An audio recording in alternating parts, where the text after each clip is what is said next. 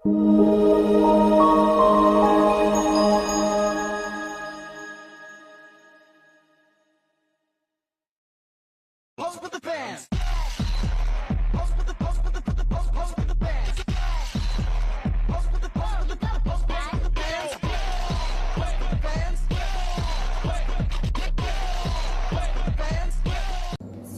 adalah tenaga profesional yang memiliki kompetensi di bidang psikologi yang memberikan layanan psikologi berdasarkan keilmuan, keterampilan, serta sesuai dengan kode etik psikologi.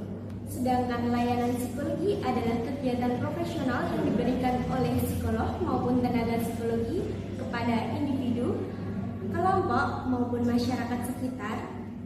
Kegiatan tersebut meliputi seperti asesmen psikologi, konseling, psikoterapi, psikoedukasi, dan yang lain-lainnya yang bertujuan untuk membantu klien untuk meningkatkan kesejahteraan psikologisnya. Dalam praktik psikologi sendiri, kepercayaan adalah fondasi utama dalam membangun hubungan profesional antara klien dengan psikolognya. Tanpa adanya rasa aman dan keyakinan bahwa informasi pribadi akan dijaga kerahasiaannya, proses bantuan psikologis tidak akan dapat berjalan secara optimal. Oleh karena itu, menjaga kerahasiaan bukan sekadar kewajiban, tetapi juga suatu bentuk penghormatan terhadap martabat, privasi, serta hak klien mencari pertolongan. Dalam Kode Etik Psikologi Indonesia yang diterbitkan HIMSI tahun 2010, mengatur hal ini dalam pasal 24 tentang mempertahankan kerahasiaan data. Pasal tersebut menegaskan bahwa psikolog wajib menjaga kerahasiaan secara seluruhnya dan informasi yang diperoleh dari klien. Informasi tersebut hanya dapat diberikan kepada pihak yang berwenang dan hanya untuk kepentingan yang berkaitan dengan tujuan layanan psikologi. Namun, apa yang terjadi ketika kepercayaan itu dihianati? Bagaimana dampak bagi klien ketika informasi pribadinya tersebar? Dan apa konsekuensi yang didapat oleh psikolog tersebut karena melanggar Kode Etik Psikologi Indonesia? Maka dari itu, mari kita menyaksikan video pendek dari kelompok kami.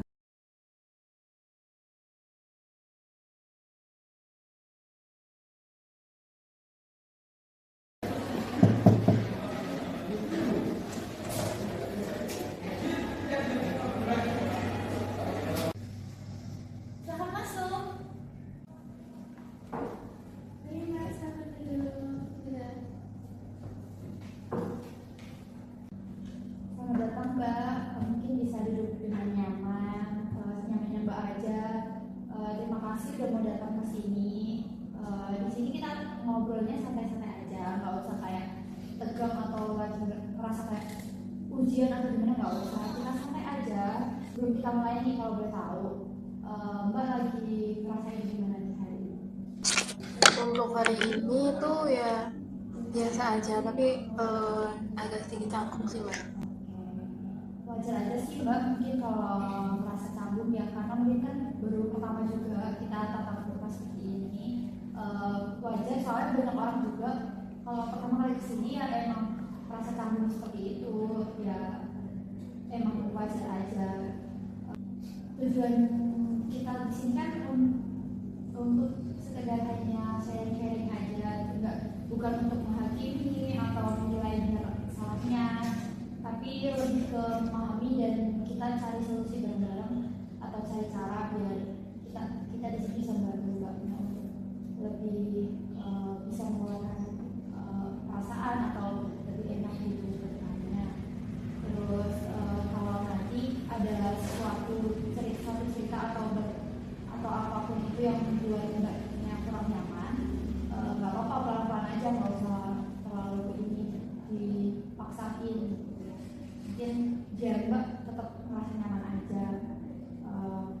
Terus sebelum mulai ya, kenalin dulu, nama aku Karina sebagai psikolog yang akan mendampingi Mbak pada sesi konseling pada kali ini. Sebelumnya Mbak perkenalan dulu, namanya siapa? Nama aku itu Dinda, umurnya itu 20 tahun. Oke. Sekarang Dinda lagi ada kesibukan apa?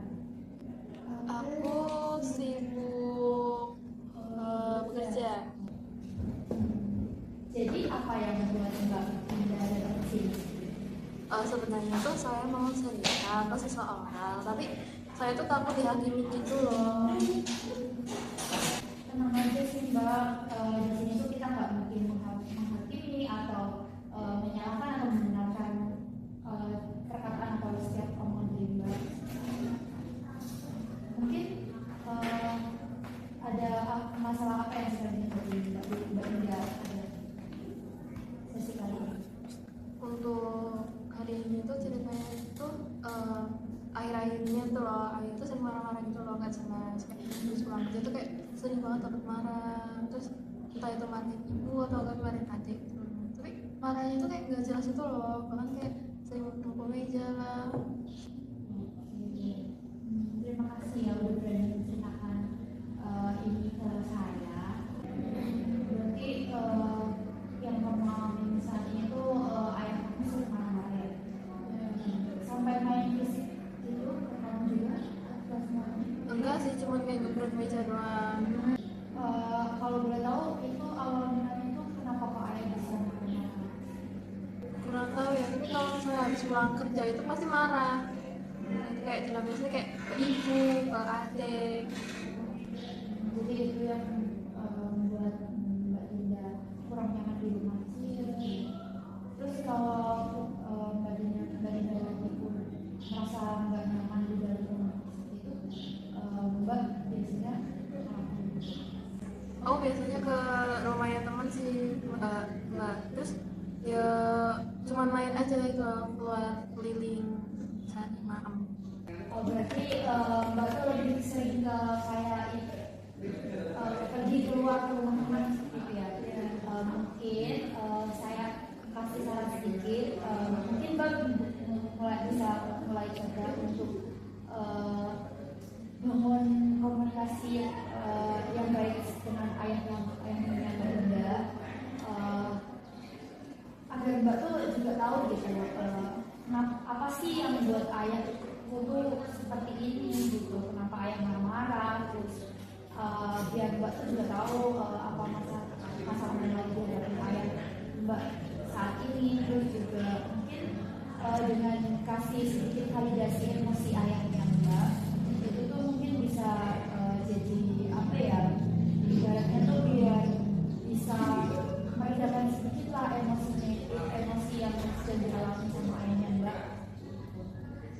Terus juga mungkin Mbak juga bisa mulai coba membangun hubungan yang baik dengan ayahnya Mbak. Mungkin setelah ini gitu, sebelum kita tutup nih, kalau dari Mbak sendiri ada nggak sih kemauan untuk memperbaiki hubungan dengan ayah?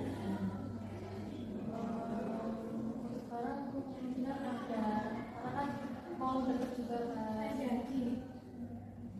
oke. Berarti nih Mbak, mulai sekarang Mbak coba ya perbaiki hubungan Mbak dengan ayahnya Mbak dulu. Terus nanti kalau mungkin ada entah itu berhasil atau tidaknya, mungkin Mbak bisa cerita lagi ke tempat kami di sesi berikutnya. Yang penting kan Mbak udah mencoba sebisa mungkin dan berusaha sebaik mungkin seperti itu. Sebelum kita tutup, mungkin ada yang mau Mbak pertanyakan lagi atau mau Mbak ceritakan lagi? Untuk sekarang kayaknya cukup sampai sini dulu. Oke. Kalau seperti itu, terima kasih ya Mbak udah mau datang ke sini, sudah mau menceritakan semua cerita yang mungkin Mbak selama ini pendam sendiri. Mungkin saran saya tadi mungkin bisa diterapkan terlebih dahulu. Kalau nanti memang berhasil ya alhamdulillah. Kalau mungkin ada yang miss atau bagaimana, mungkin bisa diceritakan lagi di sesi berikutnya. Kalau itu terima kasih sudah mau hadir di sini dan mau untuk bercerita. Di sini kita jamin bakal cerita yang Mbak sampaikan kali ini tuh nggak akan bocor atau kita sebarluaskan. Mungkin kalau ada yang mau ditanyakan lagi dari Mbak, Sejauh ini sudah sih Mbak. Terima kasih Mbak udah mau menyempatkan waktunya untuk bercerita di sini. Mungkin kita bisa ketemu lagi sesi berikutnya ya. Terima kasih Mbak. Gimana nih dengan praktik barumu? Udah rame? Lumayan, Ra. Kemarin sih ada beberapa klien gitu, udah lumayan rame sih. Dan kemarin tuh ada kasus unik tau. Unik gimana? Ceritain dong. Gini, ada klien kan, cewek, umurnya tuh 20-an tahun gitu. Terus dia tuh kerja di salah satu pabrik di daerah kota inilah. Dia tuh orangnya pakai kacamata, terus berhijab gitu. Dia tuh belakangan ini lagi kurang nyaman gitu kalau lagi di rumah karena ada masalah gitulah, problem sama keluarganya. Itu tuh karena si ayah dari klien aku ini sering marah-marah gitu, nggak jelas, nggak tahu karena apa. Ya itu sih yang buat klien aku kurang nyaman. Kasian banget ya. Tapi tunggu dulu.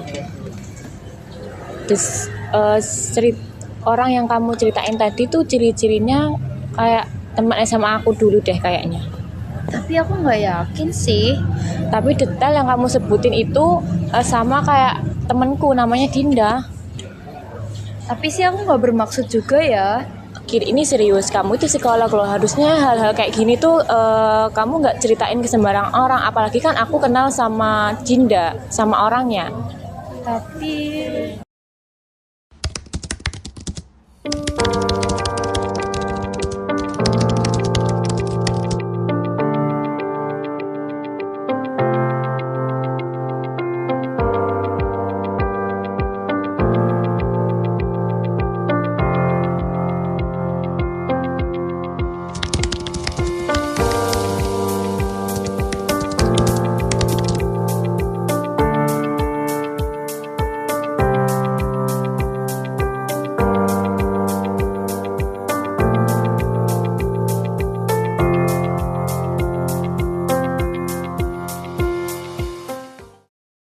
Apa yang baru saja kita lihat adalah bentuk pelanggaran terhadap pasal 24 Kode Etik Indonesia.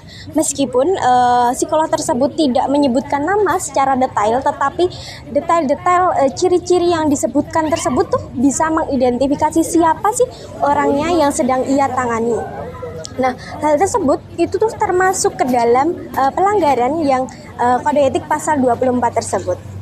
Menurut pasal 24, data klien tersebut tuh bisa diungkap, bisa disebarluaskan ketika apabila menghadapi suatu situasi yang pertama diberikan kepada pihak yang berwenang dan memiliki kepentingan langsung. Yang kedua, didiskusikan hanya dalam konteks profesional. Yang ketiga, dikomunikasikan dengan pihak ketiga hanya bila demi kepentingan klien dan profesi dengan tetap menjaga identitas klien sepenuhnya. Dari pelanggaran yang terjadi dan dilakukan itu tuh berdampak kepada kedua belah pihak, yaitu pertama pasti kepada klien, yang kedua pasti kepada psikolog yang bersangkutan. Dampak pertama tuh yang dirasakan klien yaitu klien hilang kepercayaan terhadap psikolog dan sistem layanan kesehatan mental. Yang kedua, bisa juga memungkinkan memicu trauma yang berlebih, terus terjadi rasa malu, terus setelah itu dampak sosial yang tidak diinginkan klien. Setelah itu dampak yang dirasakan oleh psikolog sendiri yaitu pasti psikolog tersebut mendapatkan sanksi dari Majelis Psikologi Indonesia sesuai ketentuan yang berlaku, yaitu tentang pelanggaran Kode Etik pasal 24. Kir, gimana dengan praktik barumu? Ada kasus menarik nggak? Lumayan sih, lumayan cukup bervariasi juga. Tapi maaf ya Ra, aku nggak bisa bicara banyak tentang klien-klienku. Kalaupun ada kewajiban etisnya harus dijaga. Oh iya, yang ngerti kok, profesimu kan emang harus begitu ya? Iya, betul sih, betul banget. Kalau memang ada kasus-kasus yang perlu didiskusiin, aku biasanya sih diskusi sama supervisor klinikku dalam konteks profesional ya, tapi bukan Gitu ya. Iya. Nah, dari cuplikan yang tadi kita lihat nih, itu adalah satu hal yang harus dilakukan oleh psikolog, yaitu menolak dengan cara sederhana, dengan berbicara dengan sopan, untuk tidak membicarakan kasus klien yang sedang ia tangani di luar konteks profesional. Nah, kepercayaan klien adalah tanggung jawab yang sangat besar yang dimiliki oleh psikolog. Seorang psikolog tidak hanya dituntut kompeten dalam ilmunya saja, melainkan juga integritas dalam menjaga privasi klien. Pasal 24 Kode Etik Psikologi bukan hanya sekedar aturan, melainkan janji kepada setiap jiwa yang datang untuk meminta bantuan. Terima kasih telah menyaksikan video ini. Semoga bermanfaat bagi kita sebagai calon psikolog yang beretika dan bertanggung jawab.